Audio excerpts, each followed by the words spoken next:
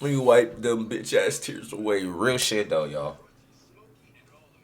It's been a long time, bro, and I'm so happy to be back, y'all. Like, man, like, so Instagram right here, and then we got my other YouTube channels right here. I am active on all of them. My Instagram, I am dropping skits while I was gone. So what happened, guys? My PC blew. My CPU gave out. My CPU fan, everything had to get replaced, and it would not power on. So I was gone. It's going through a little something too, man. I was gone for about 2-3 months, y'all. So I got that fixed. But while I was gone, I was on the Instagram. That's why I want y'all to get it tapped into my Instagram. All my Lav Legions, all my real true Lav Legioners. Make sure y'all on all of them socials, man, because if I'm not on one of them, I'm at least posting on one of my platforms a day. I don't care what it is.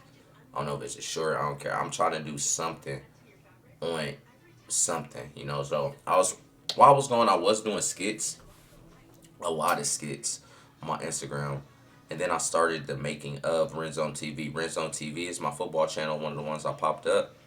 We got a new interview out with a great football interview with a great football player. Y'all go ahead and check that out. But nonetheless, man, one more thing. This reaction, I don't have my soundboard, so y'all know how I kind of lean on the soundboard. Don't lean on it, but I added into my reacts, but we don't got the soundboard. I'm fixing it. Something's going on. But nonetheless, we are back, and I am happy, y'all. We got a Dr. Insanity. Abandoned car in the woods lead cops to killer's secret graveyard. Make sure y'all like, comment, subscribe. Lav Legion. I'm happy to be back. Let's get it. Look at that. These officers just found an abandoned car in the middle of the forest. They don't know it yet, but in a few minutes, this very car will lead them to the most horrifying discovery of their lives. Hey, look at this. This looks like a grave. Less than a mile away, under a pile of leaves, officers find a deceased, Alright, we good, man. I was making sure audio was good. I would have been pissed if I would have did all of that and the audio was bad.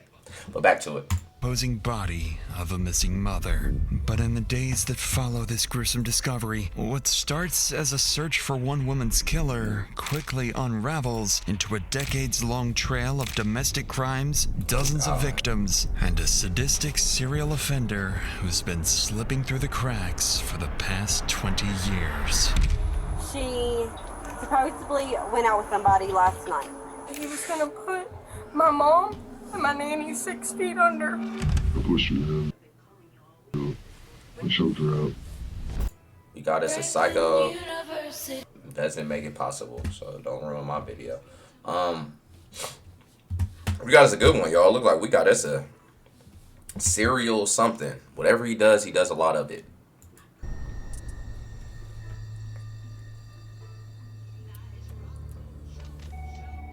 NRV Communications, Frazier. Yes, I was wondering if I can have a deputy come down and talk to me. My best friend is missing. The last communication was through text to her boss stating she was on her way to work.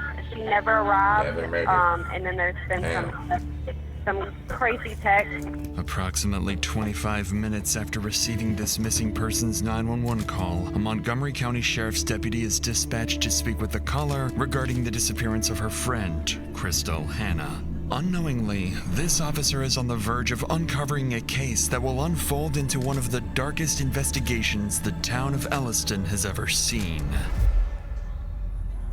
So what's going on? Okay, so my best friend, she supposedly went out with somebody last night. So is your best friend Crystal? Yes. Okay, so that's Yes. your call. All right. Yes. This morning, I get a phone call from her daughter. It was like, hey, have you heard from mom? And I was like, no. And she was like, we can't find her.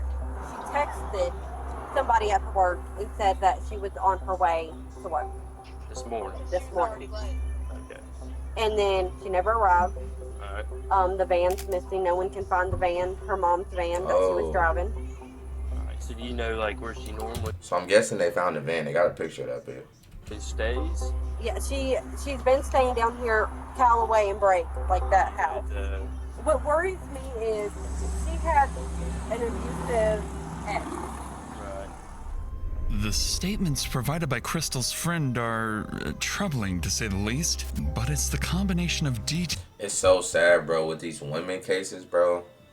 It's like 9 times, I feel like 9 that's high, maybe 8.7 times out of 10. The spouse they're currently with or their ex-spouse is like the #1 suspect, bro. Especially being abusive, bro. That should be controlled. And if it's an ex, some people don't be wanting that ex to be an ex. You not married, but we live and die together. That's just the crazy ass mindset some of these motherfuckers got, bro.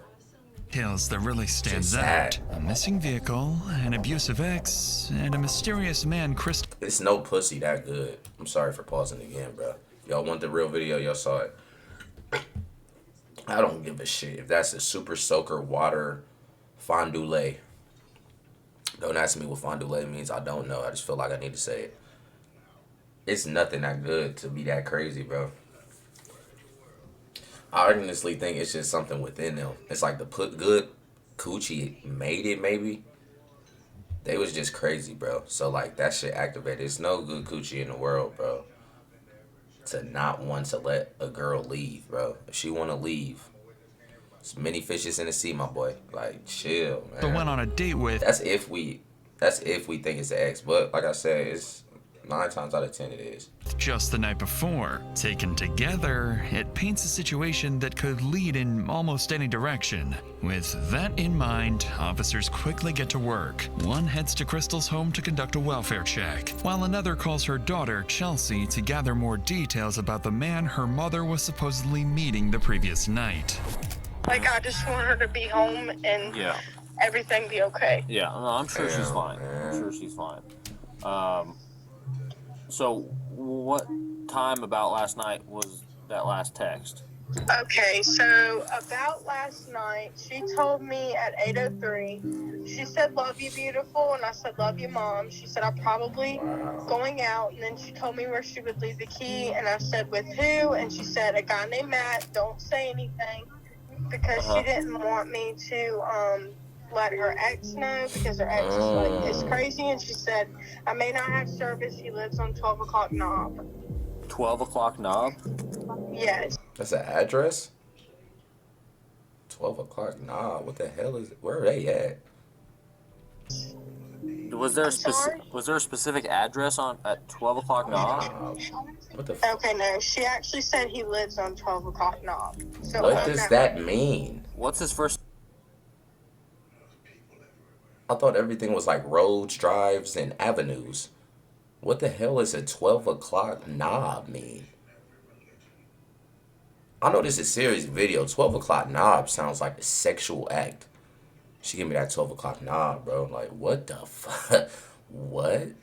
That's a crazy street name. His name is Matt, and I don't know if he goes by Matt or Matthew, but his name is Matt Thomas. Ooh, And I would okay. appreciate it, like, as soon as y'all find W daughter, she did her research. You know, last name and all. out something, and if you find her or find out anything about her, please call this number. Absolutely. Okay, will do. That's crazy, With bro. Crystal's daughter questioned, officers are now able to attach a name to her mysterious date, Matthew Thomas, who supposedly lives somewhere on 12 o'clock Knob Road. Meanwhile, the officer sent to conduct a welfare check arrives at Crystal's home, but no one answers the door, and her van is missing. Detectives back at the station waste no time and begin calling more of Crystal's family and friends, trying to determine whether there's any chance she may have left voluntarily. That's when they learn that 44-year-old Crystal was somewhat naive, but also kind, trusting, and dependable, which makes the idea that she would suddenly vanish, leaving behind her daughter, 3 sons, and her grandchild without any notice feel extremely unlikely. As the first day of Crystal's disappearance comes to an end, detectives know the first 24 hours are critical. So that night, they stay late, working to track down the man Crystal was supposedly meeting, Matthew Thomas. After digging through records and filtering through multiple people with the same name, they finally get a hold of the right one. But when he picks up the phone, the conversation takes a strange turn. Matthew confirms that he once did live on 12 o'clock Knob Road, but he says he moved out of the state of... So it is a road at the end, but that's the name of the street. Is crazy. 12 o'clock Knob Road. That's a long ass name. Few years ago, and now lives in North Carolina. Matthew also says he has no idea who Crystal Hannah is, and claims he never spoke with her, let alone... So her daughter just pulled your name out her ass. Like, come on, man. He's seeming like went a on a suspect. date. What are you These talking about? statements leave Never spoke detectives to her. stunned. Their strongest lead is suddenly over 100 miles away and denying everything. This doesn't sit right with the better have an investigators. alibi. So while they begin verifying his alibi, they also start digging... I already knew it. Pull that alibi up. Everything better match. Just because bro could have did that and just went to North Carolina. Like, it better add into up. the social media account Crystal had been texting, the one belonging to Matt Thomas. Given the urgency of the case, they file an emergency request for Facebook login records tied to the account. What they receive are IP addresses. Damn. See, I knew that you could get a warrant for info, but whew, getting a warrant for your Facebook logins. That nigga's seeing all the weird shit you done did. He's seeing all this pages you done stalked. Nigga's seeing your search history. He got that IP. He's seeing your Safari history. All the weird corn video, all that little shit.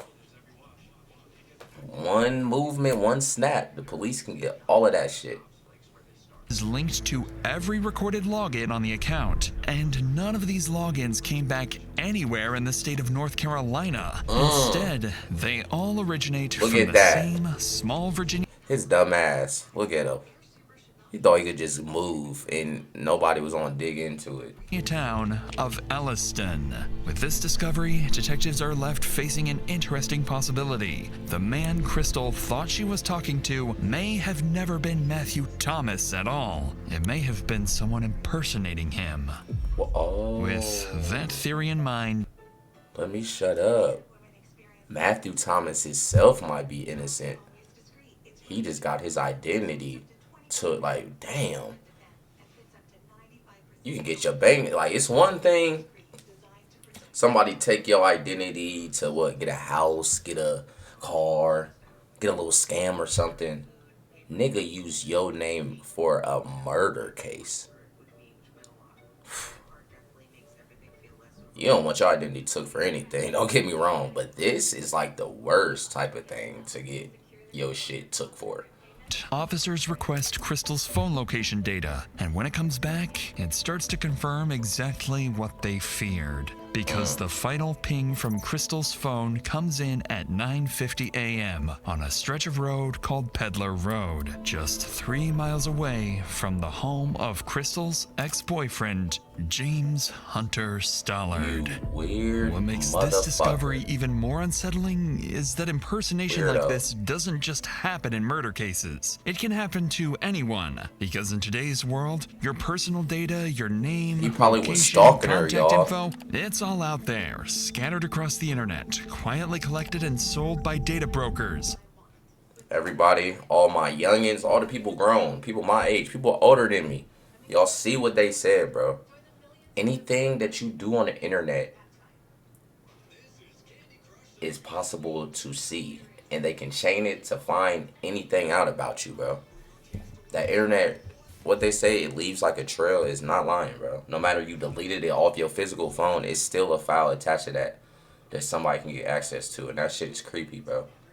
often without you ever knowing. I recently searched a friend's name and was shocked at how much came up. Even old photos with his relatives were available online for anyone to find or purchase. These data About to brokers look up my rely shit, on y'all. one thing, that you won't do anything about it. That you'll keep blindly accepting terms and conditions and using services that collect your data in the background. But with this video's sponsor, or your are automatic not to waste any. By now. Tip 1. When the niggas start talking a little different, it's an ad. Oh, it's 1 o'clock in the morning, and detectives decide not to waste any time. Uncertain of what they'll find, they head straight to James's house, hoping Crystal might be there, or at the very least, that James knows something about her disappearance and the mysterious date she had the night before. But as the detectives arrive... I'm putting in my poll now, y'all. Y'all go ahead and put it in now. It was the ex. It has to be. I'm banking on that. It was the ex. What do y'all think? They approach the house with unusual caution, almost as if they've already learned enough about James to know this situation could turn dangerous.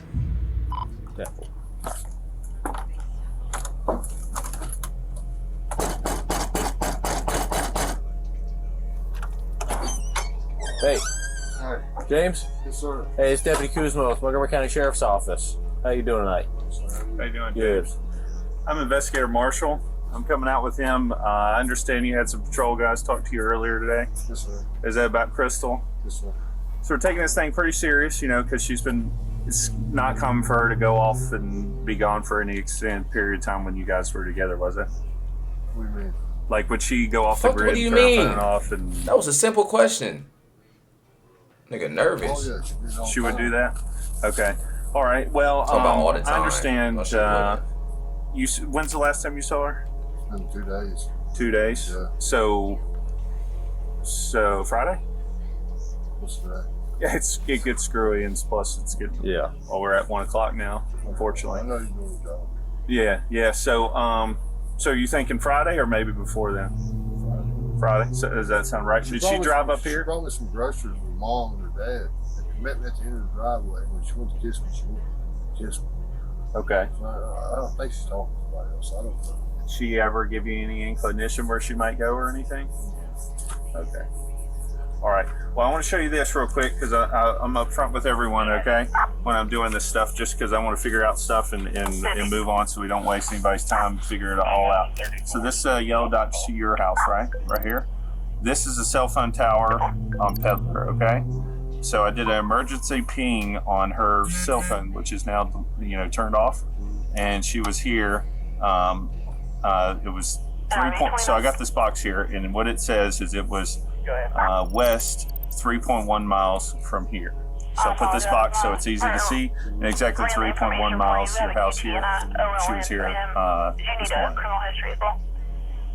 This morning? 24 hours.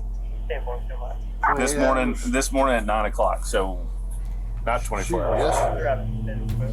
Yesterday was the last time I thought. See? I thought you said Friday. Was it yesterday, Friday? Like, bro, just... What are you telling on this show, bro? Singer, I guess. What was that? So it was yesterday, not 2 days ago. What's today? Monday. Today's technically Monday right now. So yesterday. Nah, you don't know shit. Sunday. One of those days. Okay. Well, this is not 2 days ago. This is yet Sunday morning. Like, you get what I'm saying? It's not adding up. Yeah. At all, my nigga. So make it add up. Make the math, dumbass. I mean, obviously she's not in any trouble. We're just trying to find her. You're more welcome to come in, man. When confronted with Crystal's phone location data, James appears genuinely caught off guard, claiming he knows nothing about it and struggles to recall the last time he saw Crystal. However, given the late hour, his calm demeanor, and willingness to let officers search the house, nothing immediately seems suspicious. And as they prepare to search the home, they aren't aware of how much more involved he is than he's letting on. It would make me feel better. You don't mind if we just walk around out here and whatever? Do whatever you gotta do. Man. You sure? Yeah. Okay. Just so we can clear it off and... I get something to drink. You do whatever you need to do. Yeah. You don't care if we walk inside? Go ahead, man. I appreciate it. Did she end up moving out? She left her stuff. She ain't moved yet. You cool if we turn these lights on? Yeah, go ahead, man. Thanks.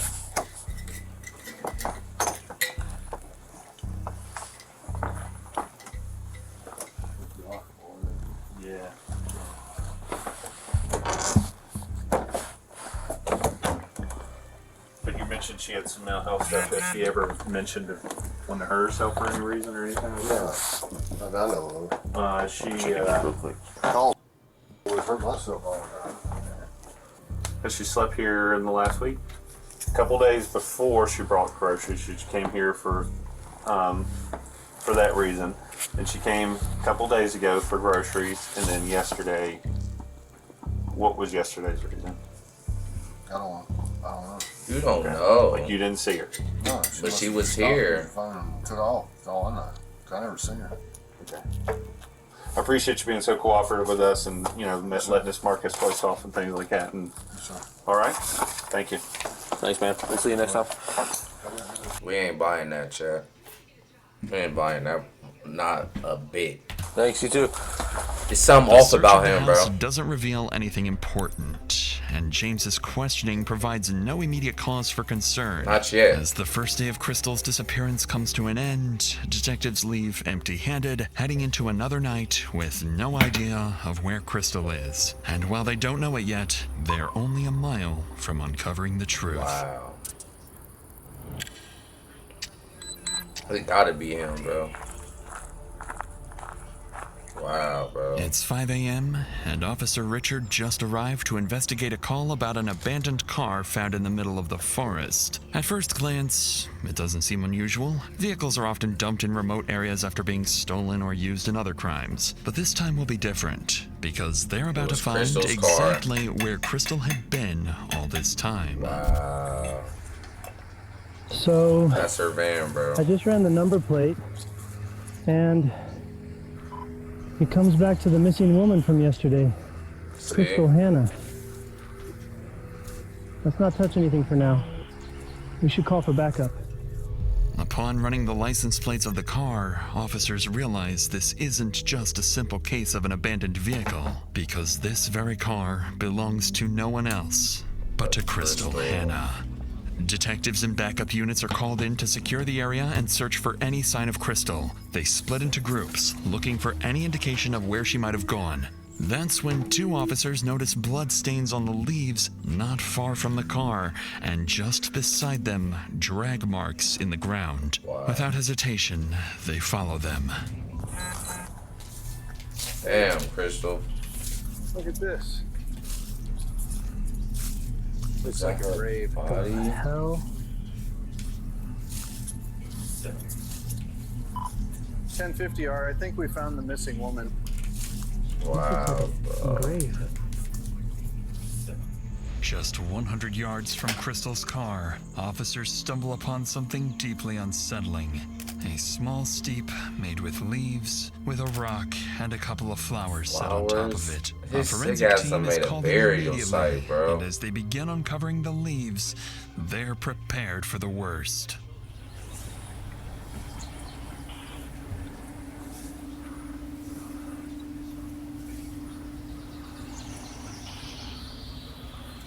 This is her. Damn. God, it's like she's decomposing already. Officers discover Crystal's body. It shows early signs of decomposition, with mold beginning to form. And as the forensic team continues their work, the reason for her death becomes clear: blunt force trauma to the head and strangulation. And with that, the nature of the case drastically changes. This is now a homicide investigation. As officers and the forensic team continue securing the area, theories about Crystal's death begin to form. She was trusting and kind by nature. Prayers to that daughter, bro. Nobody can prep for the news of hearing that shit, bro. For them to call and tell her, which they gonna have to, bro. Damn, bro. And with the possibility that she was catfished by someone impersonating Matt Thomas, investigators begin to suspect she may have been lured and killed. As officers work to collect evidence and secure the scene, a man arrives claiming to own the property where Crystal's body was discovered. At first, nothing seems out of the ordinary, but in reality, this man already knows the person responsible for Crystal's death. He just doesn't know it yet. Oh, shit. It's getting good, y'all. Somebody out here with me. It's my property. It's your property? Yeah. Okay, so it's an active crime scene right now. What's it mean? So I can't give any information right now. I can call Lieutenant from investigating it. Yeah, I need to talk to somebody. I need to find out what's going on. Okay. Yeah, The worst, buddy. Okay, The worst shit is going on. What'd you say your name was, sir? My name's Skip Jackson. Literally the worst shit that could be happening on your property damn near happened, my boy. Damn, man. The only thing about having like a bunch of property like that, it's hard to monitor and people could just do woozy ass shit on it, bro. Deputy Wills, nice to meet you, sir. Nice meeting you, sir. I appreciate everything you guys do. Yes, sir. The initial conversation with the property owner doesn't raise any suspicions, but unknowingly, detectives have just spoken to James's stepfather. This will soon give James an unexpected advantage, allowing him to adjust the way detectives see his involvement in Crystal's murder. But before any of that happens, the news about the dreadful discovery reaches Crystal's family. Even so, investigators still need to speak with Crystal's daughter and anyone who might have insight into who could want Crystal dead. So they arrange an interview with Crystal's devastated family, where they will soon learn of the threats Crystal and her family have been receiving for months. So, my name's Jeff. I'm an investigator. I've been working with Investigator Marshall. I talked to you last night. Yeah. So, I know you got a lot going on right now. I know you're incredibly upset and feel a big loss. So if you want to talk now and you feel like you can, that's fine. I feel it's necessary. If you want to wait, that's fine. Or if you want to talk now and there's more later, that's fine too. Damn, man, prayers to her, bro. What can you tell me? Worst feeling. I can tell you about how toxic he was and the things he did to my mom that could have led to the anger that possibly could have killed her. Okay. What type of things? 2 + 2 is making 4 right now, y'all. There was multiple occasions, but he tried to play it off as like the good guy until I would leave. But there's pictures, and I was in the hospital for proof too that he beat her, so she was almost dead. She was barely breathing at the hospital. They had to put oxygen on her to help. This weak ass man, bro. Oh man, I wish nothing but the worst get done to him in a joint, bro. Wow, bro. And a situation like that's so sad because everybody in her family probably is trying to like get away from him and do all that. And she probably honestly wanted to, but it's like he was obviously crazy, bro. So, I mean, we don't know the details, whether she was giving him attention or not. That shit still could have been enough just for him to still do the most and stalk her or whatever the case is. Actually, her being done with him for real would make it more likely of him crashing out. You feel me? Or breathe again. Because, boom, I'm sorry. Because it's like, if that little story about her bringing groceries or whatever, which is crazy because her mom is right here, so they need to ask, did you drop off groceries with him? With her? If they say no, it's a lie. If it was, she was obviously still cool with him enough, probably because she was scared or something, but either way, bro, they don't put no, all fingers are pointing at X, bro. And she had bruises all over her body.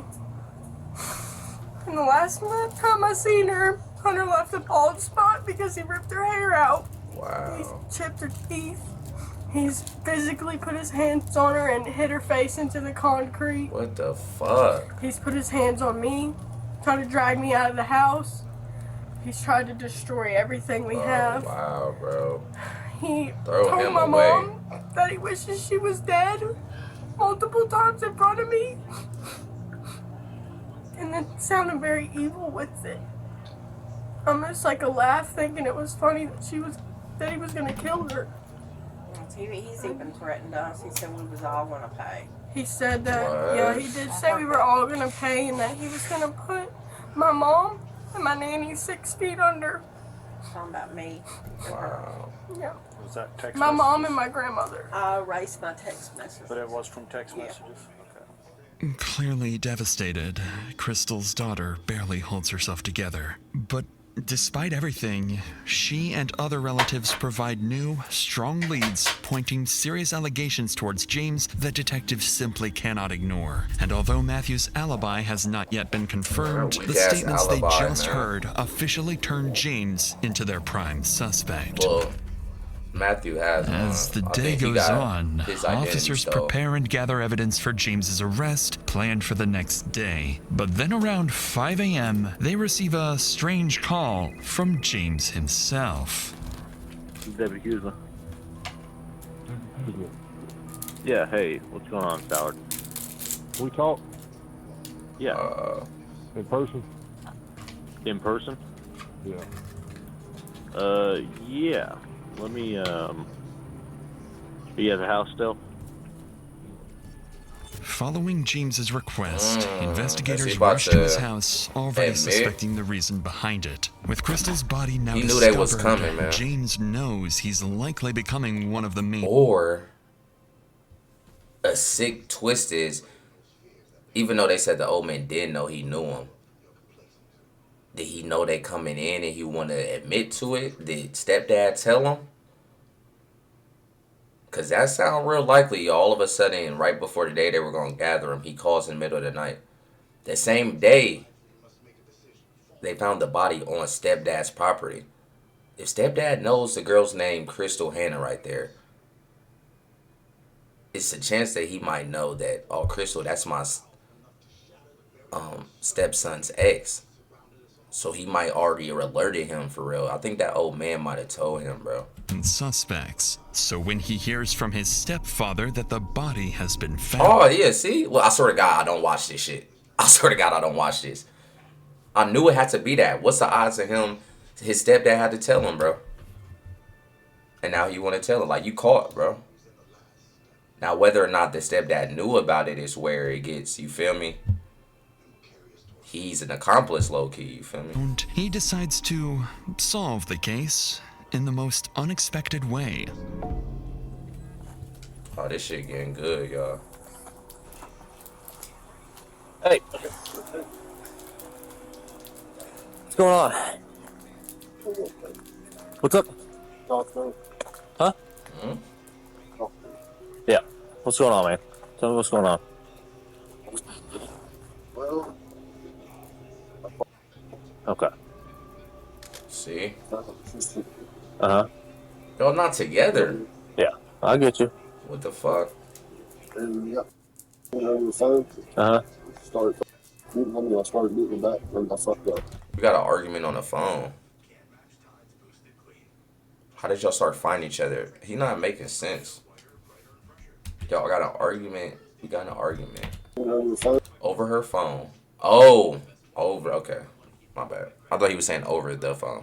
So you got an argument over her phone. He must have been going through it or something. Uh-huh. I started getting back, and I fucked up. Okay.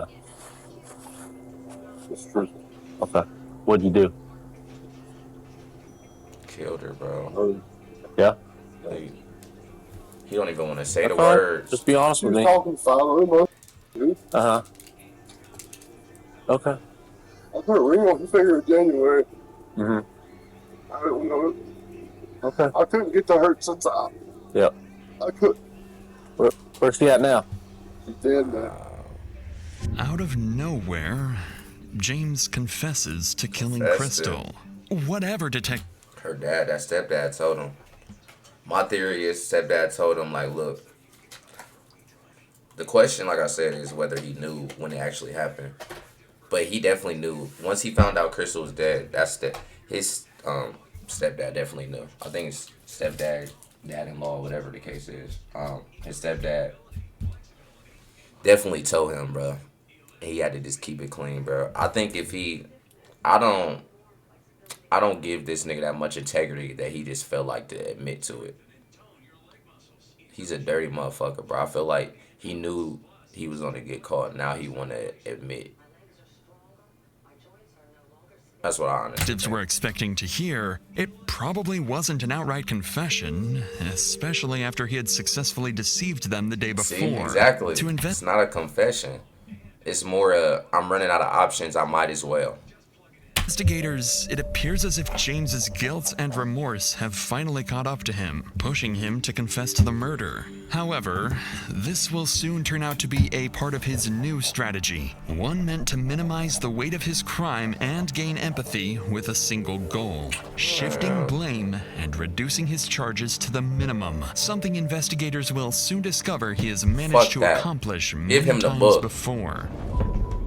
For now, though, James is detained and placed in the back of a patrol car before being transported to the local police department for a formal interrogation. But before questioning begins, the lead detective takes time to prepare. He finds out that James's history of domestic abuse dates as far back as 2004. Over the years, he's been involved in multiple cases involving girlfriends, including felonious. Not just Crystal. His weak ass a woman beater. Weak ass nigga. You know, hey, do all that shit in the joint, because they gonna have something for you in there. Fuck, man. They gonna have something for you in there. Weak ass dude. Assaults, aggravated malicious wounding, and repeated violent behavior. In 2013, James even assaulted his own mother during an argument over a chainsaw, calling her slurs before knocking her to the ground and forcing her face into the dirt. A few years later, he got into a confrontation with Crystal's daughter and... All these women want to hit women, weak ass dude. Because a man will whoop your ass. Managed to manipulate the situation so thoroughly that he was documented as the victim in the police report. Repeatedly facing only minor repercussions despite the severity of these incidents, it becomes clear that James is a skilled manipulator and that his relationships are defined by control and abuse. That impression only deepens when detectives speak with Crystal's co-workers, and it becomes clear that Crystal was no exception. By now, the detective understands exactly who he's dealing with. I guarantee you they gonna say he used to do shit at her job too, popping up in weird shit. Highly manipulative, violent man with a documented history of abuse and a pattern of evading accountability. Basically what I'm doing, or what we're doing here, is just having a conversation with you to kind of figure out what happened, and kind of, you know, sort of your explanation of how things went about.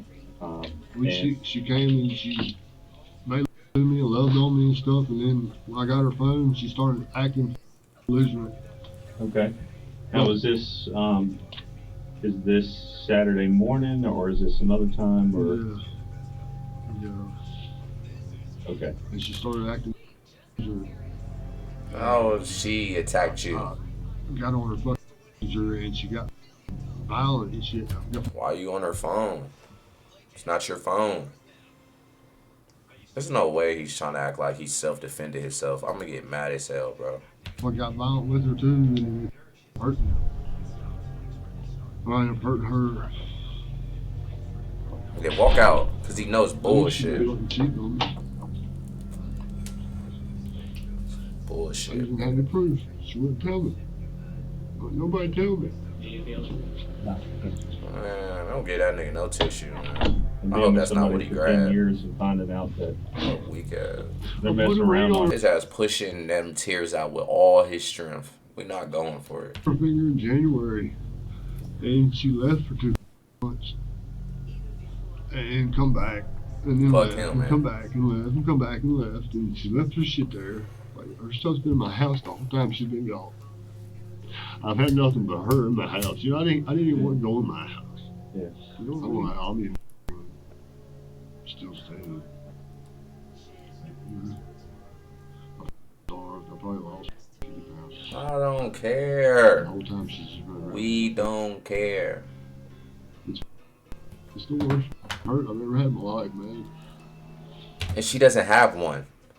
You talking about she made you the worst you felt in your life. Nigga, you took her life. Whatever you say, like, man, I couldn't be a detective or a nigga investigating, like, questioning them, because I'm biased, man. I'm on bullshit. Because they know they looking at the killer. Whatever you say, bro, like, that's bullshit. It's the worst hurt I've ever had in my life. because I loved her with everything I had in me. And it's like I was loving the Lord or something. I don't understand it. I done everything I could. I even put her name across the side of my head just to get her to Who cares, bro? It's the worst hurt in the world, man. What kind of relationship did y'all have most of the time? It was very toxic, but I ain't never loved somebody as much as I loved her. You know what I mean? I don't understand it. Like, she could say to do the worst shit. She hit me with a car. Say the worst shit to me in the world. Whatever you did. My heart don't be able to pump blood for her. You know what I mean? I don't understand it. It's like she put a curse on me or something. I don't know. I mean, our love was the strongest love we've ever seen. I've ever seen, but the fights were awful. Just as detectives anticipated, James tries to cast himself as the victim. But unfortunately for him, detectives have already done their homework and know exactly who they're dealing with. So they stay calm and act understanding. Because what matters most now is getting James to provide as many details as possible about the day of Crystal's death. However, while investigators prepared for more manipulation attempts, James is about to do the exact opposite. And we appreciate you being cooperative and going through it. So as that's going on, and you've referenced a few times of, you know, you said you hit her, right? Was that with an open hand, closed fist, with something? Okay. Do you have anything in your fist? No. Okay. Do you know if it was your right or left hand, or? Okay. Okay. After you hit her, she said she's. I don't know what she said. I don't say behind me. Okay. I'm trying. Hey, take your time. It was a lot of fun. Yo, got that butt tied. Yeah, like, give me my phone, give me my phone, give me my phone. Give me my phone. I still had the phone when I hit her. She still was acting fucking, like, trying to at me and all this other fucking. All she was worried about was the phone. She wanted the phone with the on it. You got bad. I pushed her down. After you hit her the first time, pushed her down? Wow. Would you say like tackled her or just grabbed her and threw her down? Okay. Then what happened next? Did you jump on top of her, or what happened next? I choked her out. Then what happened? What happened next? And I moved her where she was at. Okay. So how did she get it forged? Put flowers on, covered her up. What'd you use to cover her up? Leaves and sticks. Try putting a rock on top of her, like a headstone or something. I didn't want to be totally disrespectful. I did love her. Yeah. It's so up. She was my world. She took my world from me. And it's like she's running around with it. She's not running around nowhere. Like, stop trying to, man. Surprisingly, James drops his attempts to manipulate the facts and gives detectives a clear account of the murder. At first, it appears as if James has given up trying to escape justice, but that impression does not last, because James is about to try something that he thinks will buy him time and help him minimize the consequences of his actions. I got intermediate explosive disorder, and I got like 6 other things. Now you trying to go the sanity route. Are those things diagnosed? Now you trying, he said the sympathy didn't work. Now let me act like the sanity. I'm not mentally stable. Like, he trying all the books in the card, man. He trying all the cards in the book, man. Okay. Like, they don't know all of them. Like, do you know what they are? You said intermediate, I'm sorry. Intermediate explosive disorder. I got. What the hell does that bipolar, mean? PTSD.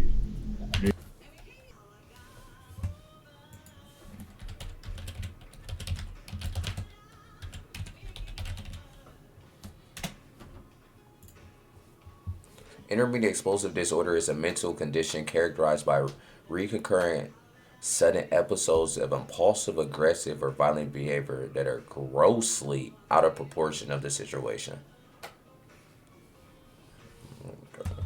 I don't make it right, nigga. Still don't feel bad for you. You still don't feel bad for you, my nigga. ADHD, some other kind of shit. I got diagnosed by a psychiatrist at the regional jail. So listen to this one. This is another one of those kind of questions that some people would think are kind of silly. So, did you have any strange or unusual mental experiences around the time of this crime? And if you did, what were they? When did they begin? So have you ever heard or seen things that weren't really there?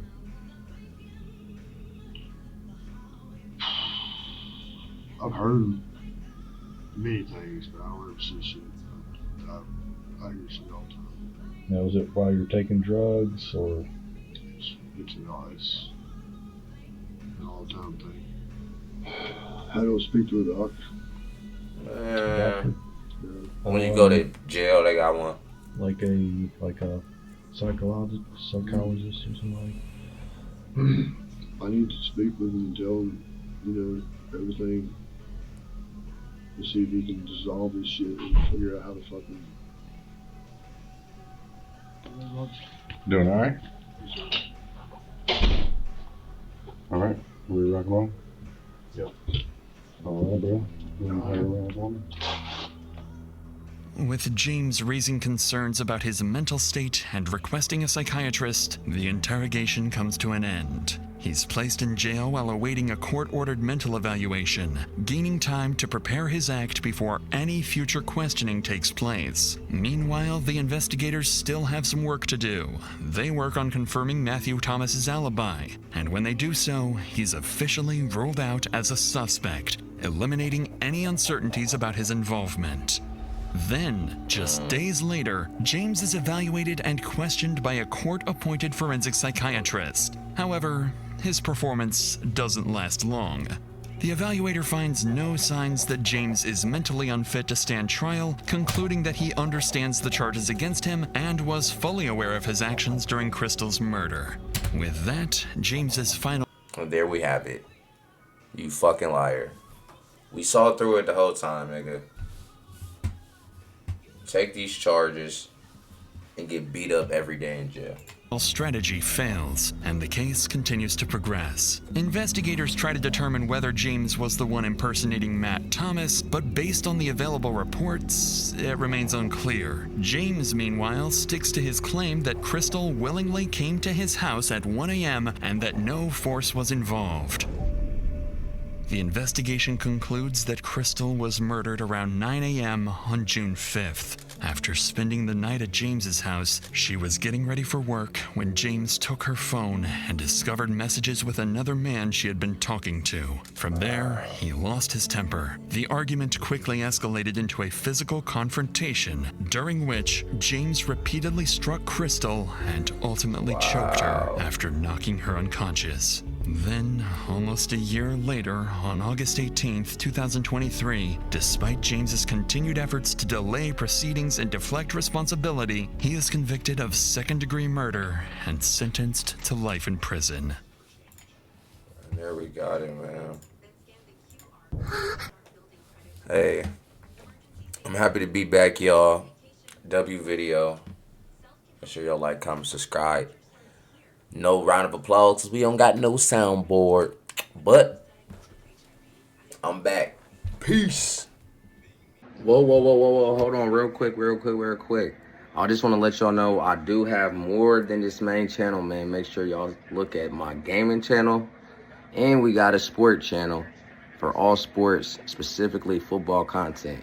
I'm going dollar for dollar. Dollar for dollar. I'm going dollar for dollar. She screaming, she holler, she liking the way that I walk. I don't need a designer to get right behind her. She loving the way that I talk. All this hustling, grinding, this business I'm on, and I do all this shit on my own. Now I'm writing on my wrongs. Picking up pieces I'm on. If y'all not watching my daddy, what are y'all doing?